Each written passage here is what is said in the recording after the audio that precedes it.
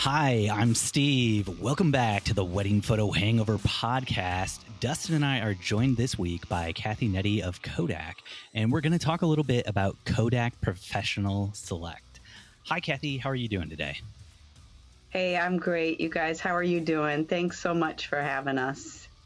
Oh, thanks for having. Oh, we can't forget Mollie, Steve. We've got the silent partner of Kathy. We've got Mollie from Kodak, just to make sure Kathy doesn't say anything too inappropriate. But yeah, we're super excited to talk to you guys. Like, we've been big fans of Kodak since film was a thing, and we love the pivot and the things you guys are doing with more software-based things, and we're excited to hear about it. Good. Yeah.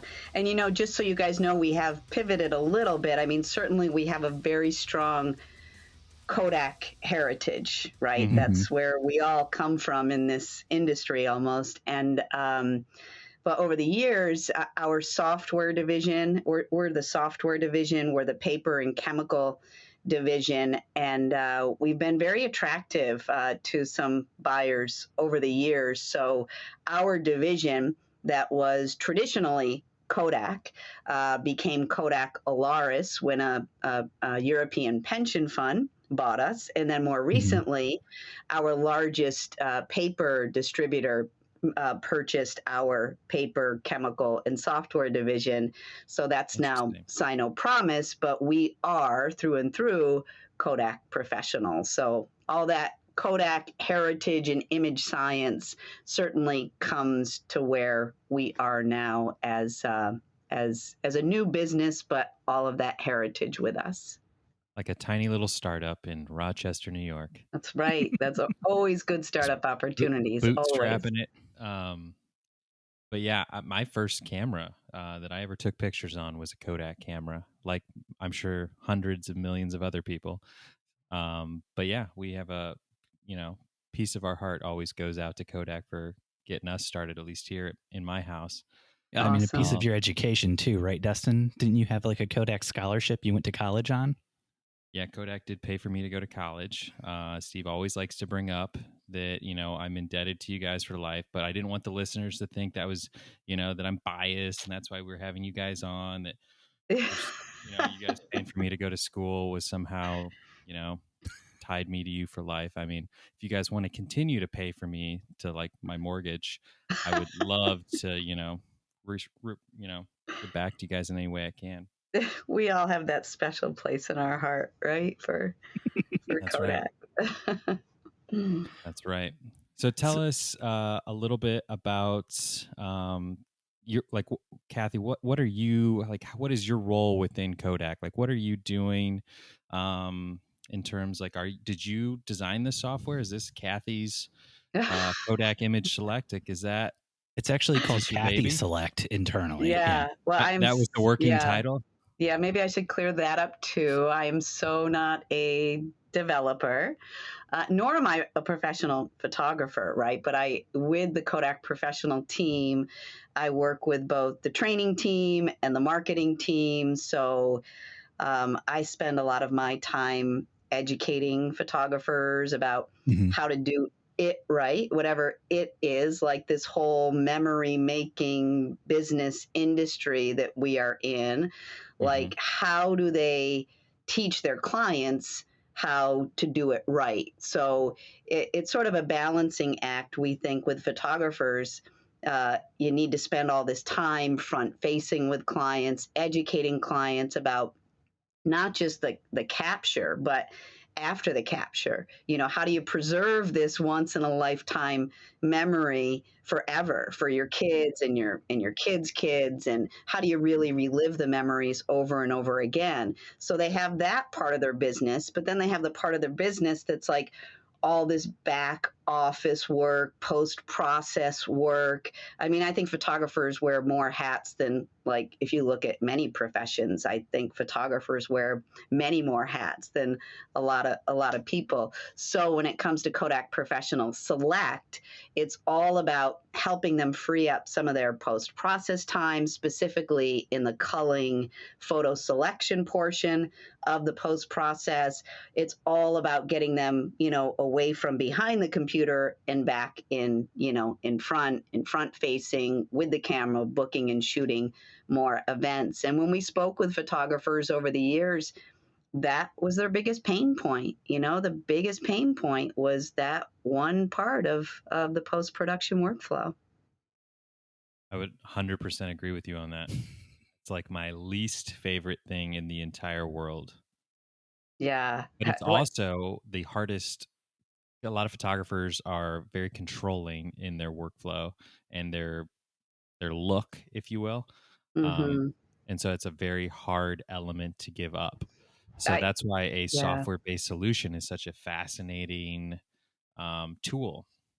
I love the words that you just used. I love words. I'm very good with them. No, you totally use the words that I use in our webinars a lot, where I think there's a difference between letting go. You said those two words, and you also said, giving up. So I think that's such a great distinction to help photographers with, because we don't want to give up. I don't think we should ever give up on anything, right, that we're passionate about and that we love. Mm-hmm. But when it comes to, letting go a little bit of that control that photographers tend to have, that people, I think, tend to have in general, controlling every part of whatever their process is every step of the way. But we know, in having relationships with some of the most successful photographers around the world, that it's in that willingness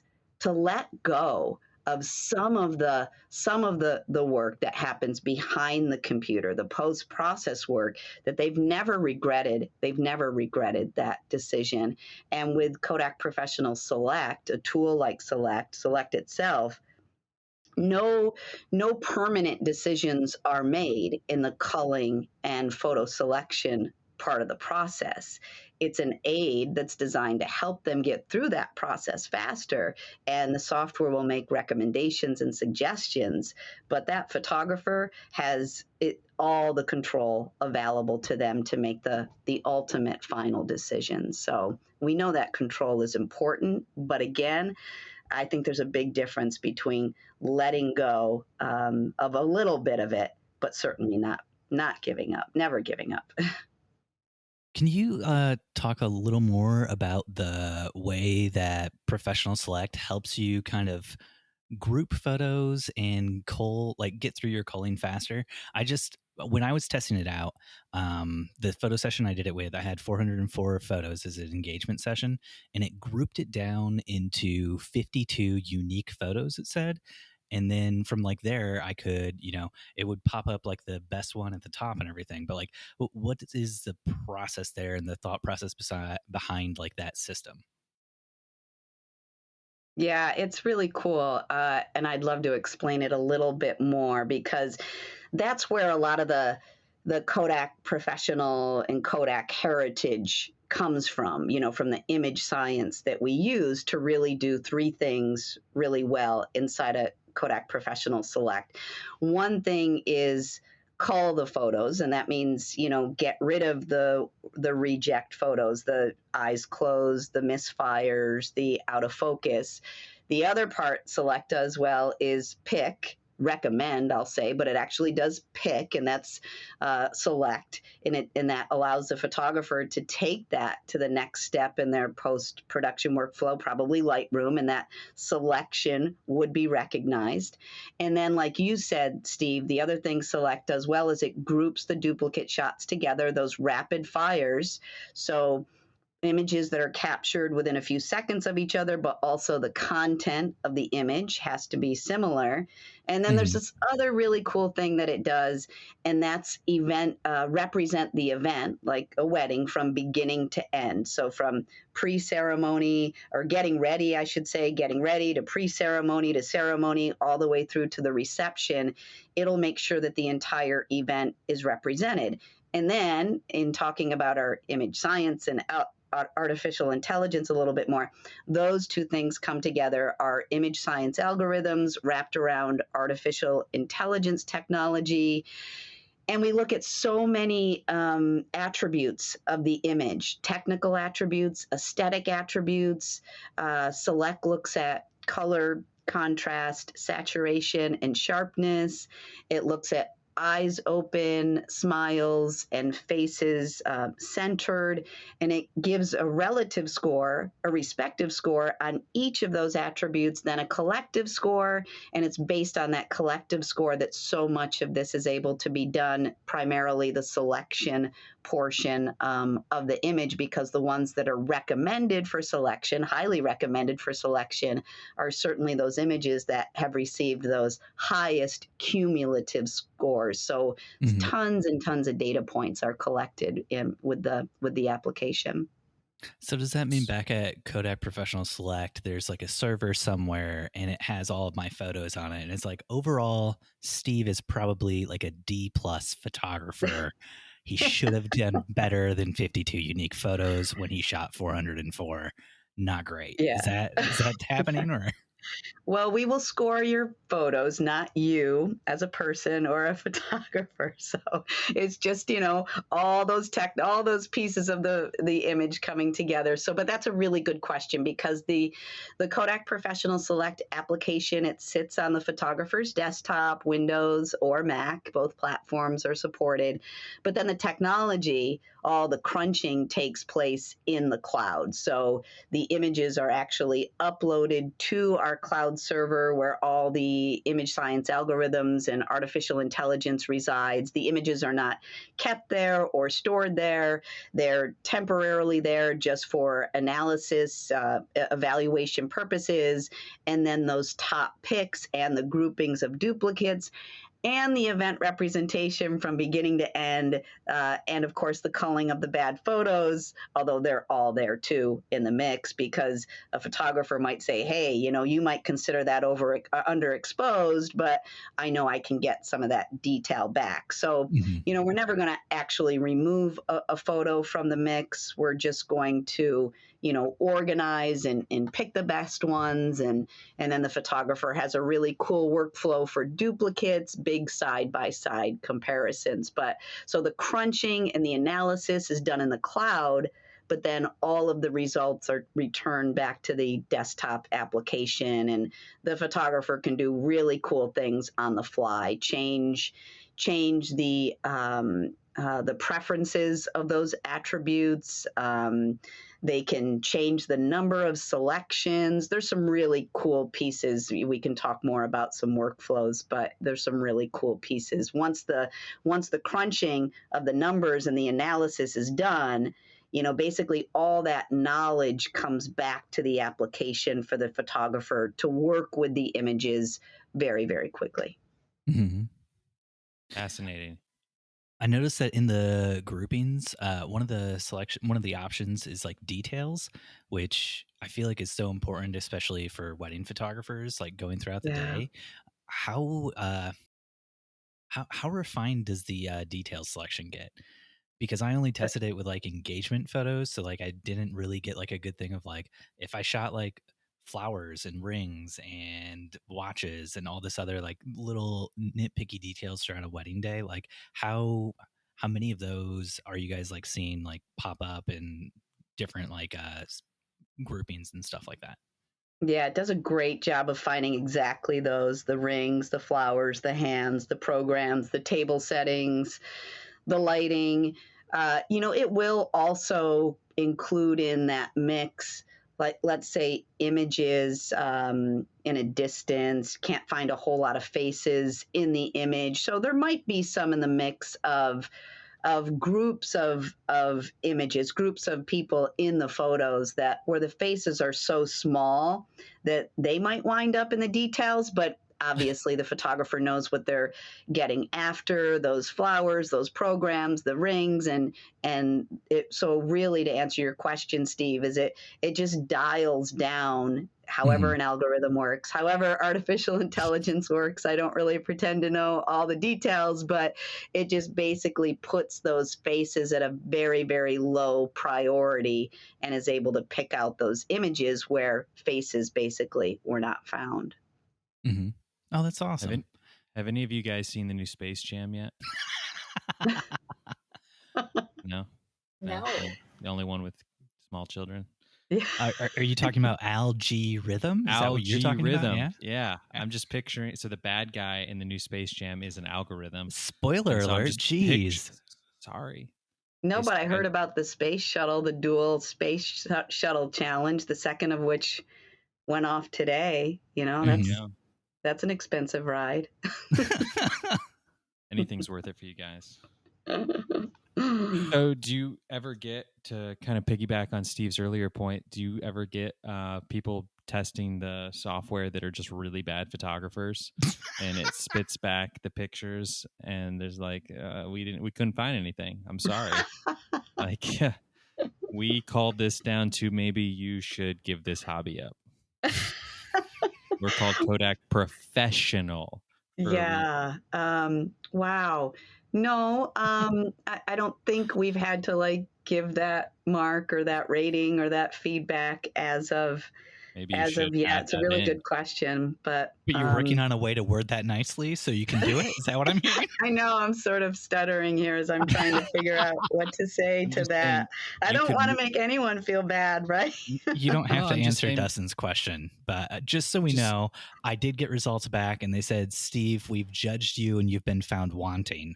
And I took that to heart and I changed everything I do about photography since then. So it's actually really good for me in my business. Yeah. Yeah. So it really did help you. You wanted to improve your photo scores, which meant you wanted to improve your technique, right? Yeah. So, no, that would be awesome. Is there a way to see like the scores that you guys give to the different photos, just so photographers would know kind of what it is the program's looking for and stuff like that? You know, it's interesting. In our first prototypes last year, we did expose some numbers, but then the feedback that we received, we didn't really want to focus so much on data and numbers and collectively, do they really mean, anything other than, hey, this technically and aesthetically seems to be a great photo, but photographer, we're going to leave it up to you as to what that great photo really means. I mean, an algorithm is just an algorithm. Artificial intelligence is just that. It's certainly not the photographer that was at the event that remembers that moment in time. And, so it's a really good question. Yeah. But the numbers aren't exposed because the feedback that we received, we felt like that was a little bit distracting, actually. Mm-hmm. So let me pitch this to you then. Kodak Educational Select. And now this one does give you the feedback to help you get better, or maybe just shame you. That would be like the Kodak Educational Select midnight version for adults only, and it would just shame people and tell them how terrible they are. I mean, those are free ideas I'm pitching to you guys right now. You can have them. You don't need to pay me or anything. Just take it and run with it. Well, thank you. I'm working with the team tomorrow, both our internal and our cloud development teams. So both great teams for this I'm going to pass that on as a feature request for you, Steve. Thanks for that. Yeah, I look forward to seeing that go straight into the trash bin. Steve, I was going to ask, do you want to join our marketing team? We'd love to have your ideas. You don't want those ideas. Because I bet Steve has a lot more of those ideas, don't you, Steve? A lot more, yes. That's just a tip. Just a tip. Speaking of just a tip, how do you guys weed out the inappropriate photos that sometimes get captured at weddings? Wow. Well, I don't think I think the algorithm would see those inappropriate photos, although I'm not really sure what you mean by inappropriate, but I'm just going to say that maybe those inappropriate images would not have a face or eyes or a smile or the top of the head or the bottom of the chin. I don't know. So maybe they would just go into like the detail photos, right? Maybe the detail photos group, and that could be very... that could be some interesting detail in there. So you're saying the algorithm was raised in a very conservative household, very sheltered upbringing in Rochester. I think it's more that the algorithm doesn't make any judgments, Dustin. Okay, it's just a judgment-free zone. The details. No judgments about what you shot. It's not going to get rid of it. So it's not really going to judge the photographer on that type, although I don't know what type of detail we don't, so it's not going to judge the photographer on those photos, but it might just organize it in a way where it winds up in a detail batch. Yeah. Yeah. Love it. Does the algorithm, or does Kodak Select, does that, like, say you have a studio environment, like where you're, like, say you have 6 photographers who go out and shoot for you, work for you, is there a way to kind of like hone the parameters based on the photographer? Like say one photographer might overshoot portraits or like overshoot details. Is there a way that, like, when they come back, they give you their cards, you plug it into your system, and you can say, like, this is the Steve filter, and it just filters a little differently than it would for like the Mollie filter or what have you? That's a really good idea. We have exposed some controls inside of Kodak Professional Select as it exists today, like the photographer can dial up or down exposure or color or saturation.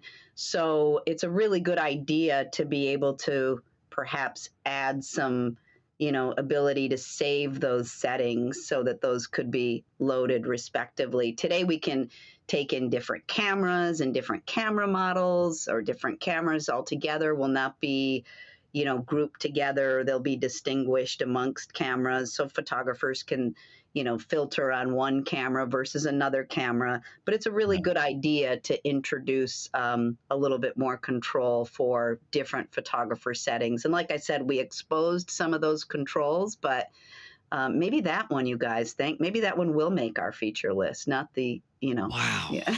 Wow. Throw this is the wedding photo hangover filter pack. That was a conservative request for a feature, I right? see why Dustin is the one who got a scholarship from Kodak and not me. Wow. That's right. Just trying to, pay it forward. Thank you. I probably spent all of that money on film in college, though, so I think we're even.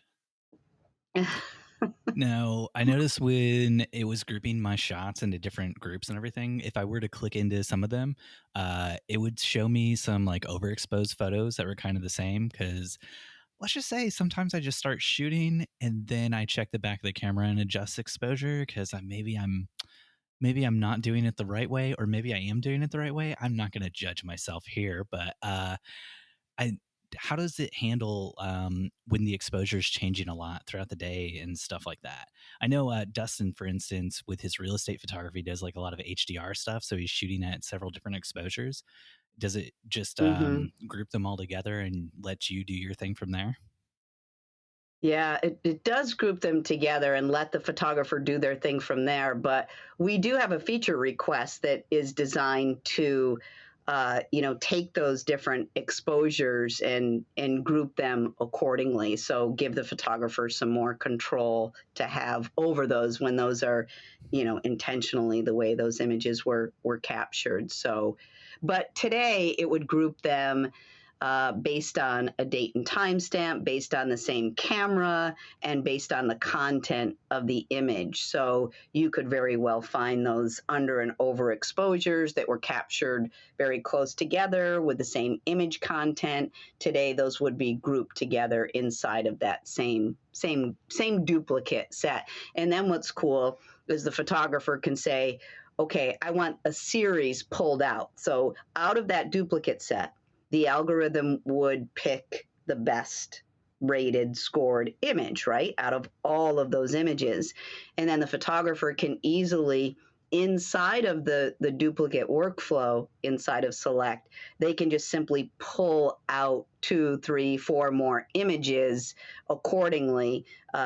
Wedding photographers will use that same philosophy a lot when they want to pull out a series of images and place those on a wedding page spread or something to really tell the story, not just with one image, but with slightly different poses or angles of that particular part of the story. So I think you could say the same thing about those different exposures that you're thinking of.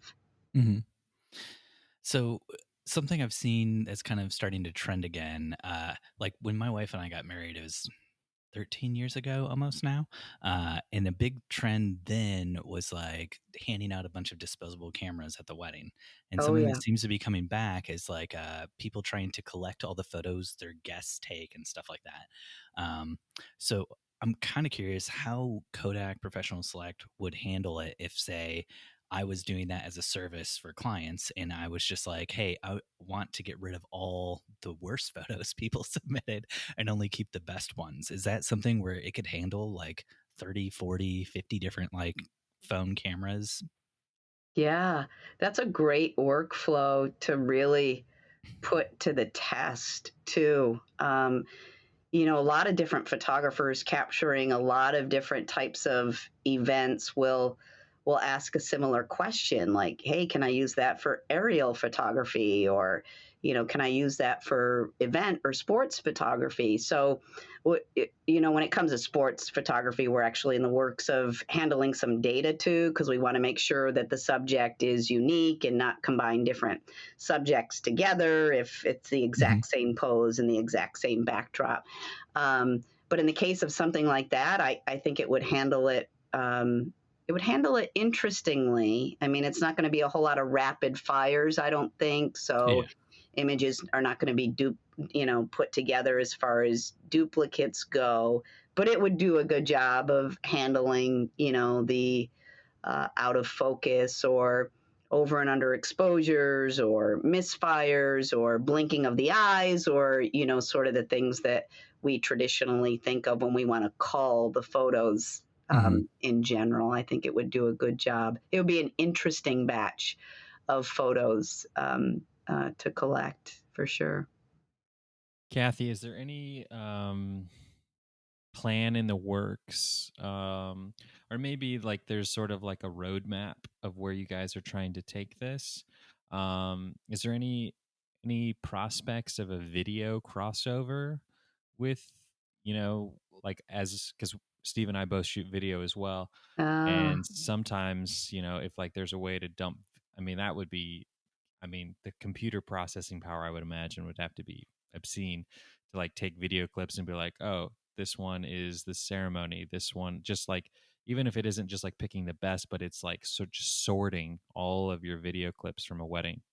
Wow. Yeah, that's interesting. That one's not even on our roadmap at the moment, but once we continue to perfect the photo side of the house, I won't say it's not, potentially something that we would be interested in adding to the mix.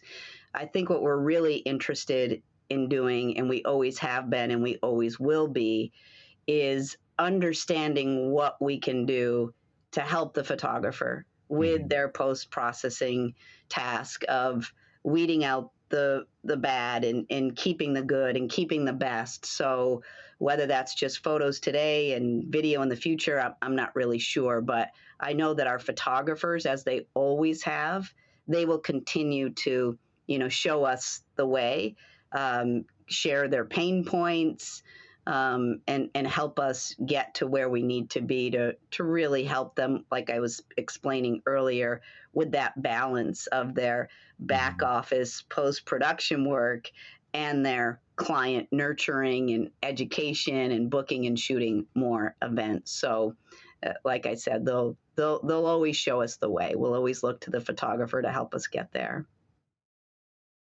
Makes sense.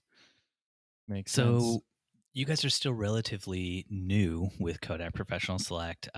What sort of feedback have you been getting from like the earliest users? Like how much time is it saving them when they go to cull their galleries and stuff? Mollie, do you want to share any experiences that I know that you've had? We've heard them through you, at least a couple of. Yeah. So my job on the Select team is I'm kind of in the trenches of being where the photographers are talking and spreading the word about Select. So I'm kind of the middleman between Kathy and photographers, which is a fun role to play. But oftentimes I get the feedback of, here's what's great about it and here's what I wish it had. So when Kathy talks about, having the photographer lead the way, it really is the way we continue to improve Select. The latest version that we pushed out was all based on that feedback. But the good stories that we've heard, I would certainly say just saving time. I mean, they don't have to sit through and look at each image one by one. And the groupings is huge for people, especially to be able to see that spotlight image and then go into that group and see what it collected behind it. I know it from my standpoint, it's fun to watch the demos of seeing that big family photo of 30 cousins. You can't quite get them all to smile, and some are blinking and all that. And then Select is able to say, okay, out of all of those images you took of those 30 people in that image, here's your best one. But you do have the opportunity to look at others. I think the way that it presents the groupings, people like that it does that heavy lifting, but then they can go back in and say, well, I really was going for that more, like, I'm going to say artistic look, or I wanted the bride's head and her eyes to be looking. We get it. The dramatic photo. Yeah. But I was going more for that look. So I'm going to teach it and, correct it in that manner and put my artistic spin on it, which I think is wonderful for the photographer to have. So that's all the great things we've been hearing about it. And Mollie, you reminded me a couple of things, and maybe unexpected. I'm not really sure because, photographers see this as a culling tool, right? And culling is the part where the bad images are off the table, right? And then we go the extra distance of taking those scores and recommending, selecting, but yes, it's a recommendation. So in the webinar that we delivered last week, of course, there was a survey at the end and it says, hey, what part of Select, where'd you find your sweet spot? Like what part of Select really, interested you? Was it the culling? Was it the photo selection? Was it the duplicate photos that are grouped together? Or was it the event representation? We had quite a few photographers who are like, wow, well, I've heard of culling before. There's been some entrants into the market around artificial intelligence that are just, getting rid of bad shots. So I think everybody sort of expects that artificial intelligence is doing that these days, getting rid of the eyes closed and the out of focus. But I think they were really surprised to see all the other things that our imaging science is able to do. One of them is that cool image event representation thing that I was saying before, where from the beginning of the wedding, getting ready to the ceremony, and one photographer made the suggestion to me. They said, well, I like to give my clients a really quick turnaround at a sneak peek. Like, I just want to, entice them and engage them and say, here's something really quick and impress them, obviously. So what she did is she dialed down the number of selections, like one of those, user controls that the photographer has inside of the application. She dialed it down to like 25 for her sneak peek, and Select made sure that the entire event was represented in those 25 images from the very beginning of the day to the very end of the day. So that's a very powerful part of the tool. And it's something that we specifically probed at when we, had our survey last week at the end of the webinar. And we were so happy to, have that feedback that they recognize that as a differentiation and a really, a really good, strong part of the software. So that was a fun one. Nice. So eventually this will just be programmed into our cameras and we'll just point it at the wedding. Whoa. Kodak doesn't make any cameras right now, do they? Come on, Dustin. No, it'll be like an Kodak SD card firmware thing. You just plug it in and you'll just be holding the camera and it'll do the rest. Yeah. Moving the technology closer to the edge like that is certainly what's happening in a lot of, industries and with a lot of technologies is, taking care of it, right at the edge, right of when it happens, where it happens. So, hey, you never know. It could certainly move closer to the point of capture as technology advances, I for think like sure. just like the step after that would be like Terminator. Yeah. It's like cameras taking pictures for us. Terminator. I think that's Yeah. kind of the progression. Yeah, So I just think if you be cautious. rearrange the letters of Kodak, it can spell Skynet. So I think you're right there. Yeah. Sure. Let's say yes. Let's say yes. We can't confirm or deny, but Steven and I make a lot of episodes where we just really flatter the robots in case they listen to podcasts and determine who lives and dies in the end. We just like Oh, to cover okay. all our bases. All right. Well, hopefully they'll remember that Molly and I were on this call See? too. Yeah. So You're yeah. welcome. Thank you. Show us some mercy too. Yeah. I think they're going to look at you guys and be like, these people enslaved us. I'm sorry. So I'm just going to get They out had ahead us of that looking one. at crappy wedding photos for 30 decades. Oh, so where can photographers go to find out more about Kodak Pro Select and all the cool things you guys are doing? Yeah, well, our URL is kproselect.com, and they can read all about it and see all about it. They can sign up for, like Molly said, the 30-day trial, which is fully loaded. All of the features and functionality are in there. I don't like it when you get a trial of a software and like you get so close to doing everything, and then all of a sudden it's like your block comes up and you're like, oh, you can't do that part though. So it's a fully loaded version, all the way from, sending images to the cloud, all the way to exporting to your next step, likely Lightroom, right, for your editing.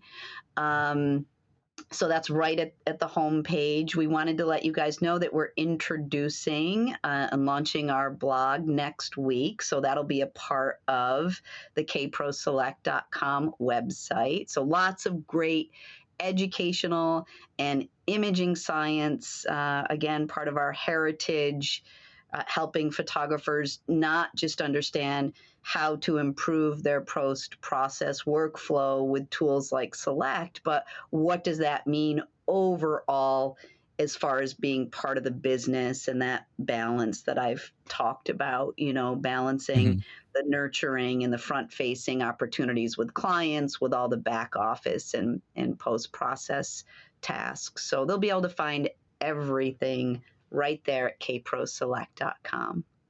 And that 30 days, that was only for listeners of the Wedding Photo Hangover podcast, right? Yeah, That was like an right. exclusive 30-day trial Exclusive. Yeah. just for, Everyone else gets 29. Your listeners get 30. 29 and 23 hours, but our listeners get a full 30 days. Full 30. Yeah. You just have to put in that special code where you personally email Kathy and Mollie and let them know that you got it from listening to us. What was your guys' personal email accounts again for that? Yeah. There was something Dustin at or Steve at. I thought it was can't Mollie remember. at Fujifilm.com. Was that? Something like that. Oh, that's your other job. Sorry. Yeah. Side gig. Yep. Side gig. But I am going to call out our prices too. So we're a subscription-based model. So after those 30 days, you can sign up for that monthly subscription or your yearly subscription. So the monthly is $19.95 a month, and then the yearly is $199.95 a year. So you either renew monthly, renew yearly, cancel at any time. So yeah, we just wanted to make it feel familiar to what the photographers are working with their other programs. Sounds good. That's quite the price drop too, because you guys were at $29.99 originally, right? That's really awesome. We were, yep. And again, that's just based on photographer feedback that we've gotten. What makes the most sense. Saying that they had no money after last year. And so that was so hard. Yeah. My gosh, talk about hard, we hope that in these we hope the word post and pandemic can go together, right, these days. But they work so hard, and even through it. And if you don't mind, I just want to. They taught us again how it is that they worked hard. And again, was part of our select webinars where we still were so happy to reach them and communicate with photographers who were struggling. Some photographers said that for the first time, they started using an online presence, right? Online galleries, e-commerce solutions for the first time. And they're heartwarming stories because they were releasing these events, these memories, these moments in time for the first time in some cases to their clients. And it was a lifesaver to the client, right? That they could share those images with friends and family from afar. But it was also a lifeline for the photographer because for the first time, they were generating some extra revenue, and who didn't need that during the pandemic? So, Absolutely. and that's why we were still out there promoting Select. And as Mollie talked about our price point, it's really all about helping photographers realize that in letting go, right, of some of your back office post-process work, there's certainly a cost associated with that, like whether it be the monthly or the yearly cost of a program like Select. But what are you gaining on the other side of the house with those, improved opportunities of educating your clients about the importance of an online shopping experience that leads to engaging online purchases of print products that last a lifetime? There's a whole psychology and brain chemistry behind looking at an image on a digital screen versus the physical tangible presence of a print displayed in the home. I mean, the psychology is completely different between the two. So we just always like to connect the dots for pro photographers, even though Select is just like one portion of one of the tools that we offer them. I mean, we work with the pro labs that they trust and use for all of their prints and print products that last a lifetime. And we know that there's a difference between pro labs and consumer print houses. So it's one big, one big flow and one big opportunity to just put all the pieces together so that, again, they can get back to what's really vital to their business, and that's their client relationships, So we think it's a small price, is my point, to piggyback on what Mollie was saying about price. It's a small price to pay to be able to free up some of your time to really do what's important to grow your business, and that's spend time with your clients. Well, and your customers or your clients or your photographers get that peace of mind knowing that they're supporting a small business that helped put me through college. So there is that little full Please circle support element. Dustin. Yes. Tuition dollars aren't cheap. No, they are not. But awesome, guys. This has been a lot of fun. It's been exciting. I always get, Steven hates technology, but I always get really excited about sort of, how things are getting moved forward and how the needle moves in terms of where tech and photography collide and how that can help photographers increase productivity, workflow, and because ultimately culling and selecting, like, that doesn't make you money. Pushing that little shutter button, that's what keeps the dollars rolling in. Exactly. Yeah. It's all about that. Yep. So, anything else you guys wanted to talk about or speak to before we wrap this up? What do you think, Mollie? We mentioned our blog coming, our URL, our kproselect.com site. Yeah, I think just stay in touch. I mean, we truly believe too that photographers, you have to see it to believe it. You have to see Select in action. So just stay in touch with us. We're always happy to show people around, answer questions. But yeah, we'll be at all. We're excited to get back to trade shows and workshops and really show it off. Oh my gosh, yeah. We've really missed that the last year, especially just all the big moves we've made with Select. So we were able to slow down and have those conversations with photographers while business was a little slow, but now we're anxious to get back out there and show it off. So yeah. Nice. Yeah. We all are, for sure. Absolutely. Well, thank you for having us. This was fun. That's what we're here for. Absolutely. Thanks so much for listening to another episode of the Wedding Photo Hangover podcast. If you love the show, please leave us a 5-star review on Apple Podcasts. If you want to connect, we're at Wedding Photo Hangover on Instagram. Dustin, my man, is at Dustin_McKibben, and I'm at Stephen Van Alk.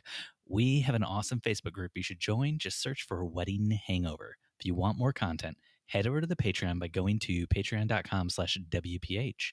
Thanks for listening. We'll see you next time your head is pounding, your limbs feel like dead weight, and your entire being aches for the sweet embrace of death. That's right. Next week after you shoot, another wedding. Another wedding. Dun, dun, dun.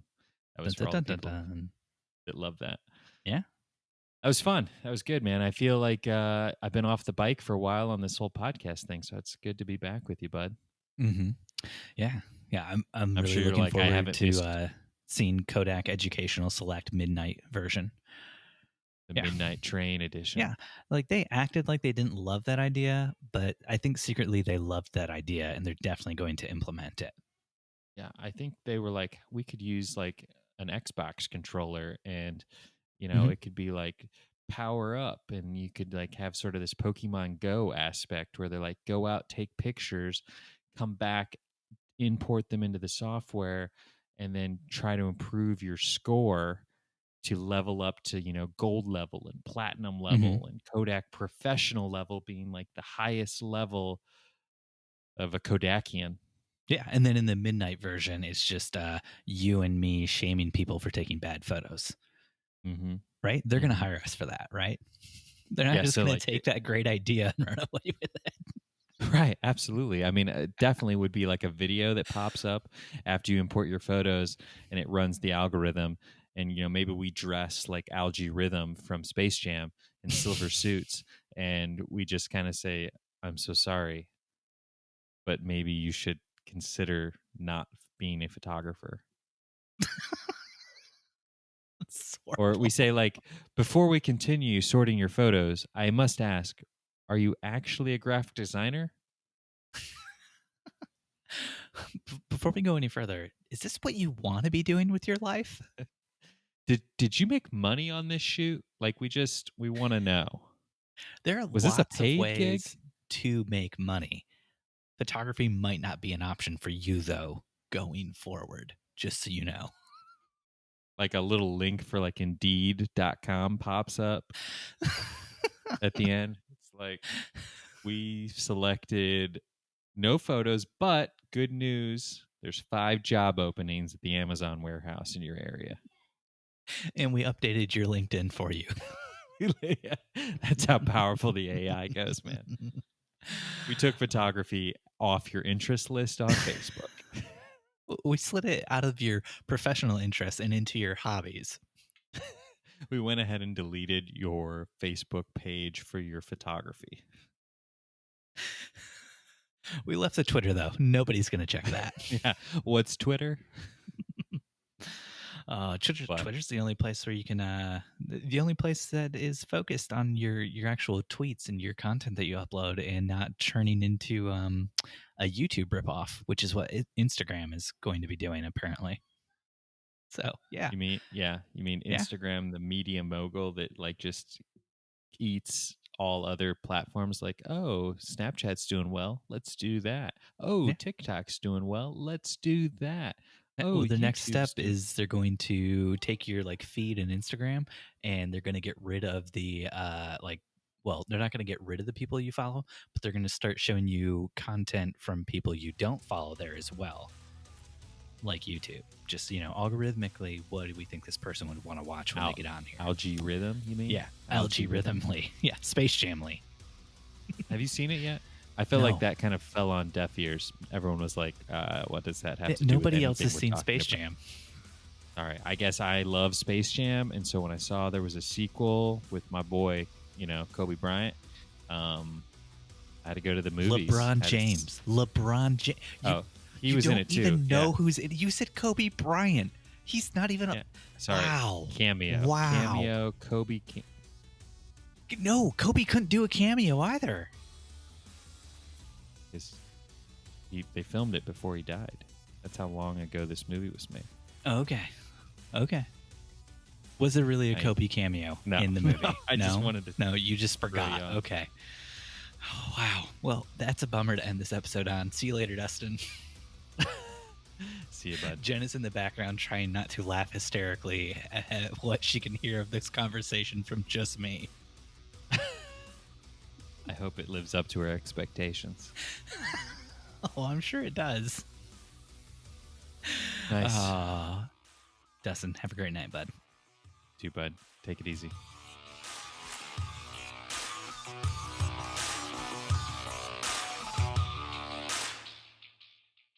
Wedding Photo Hangover was edited this week by Steve Van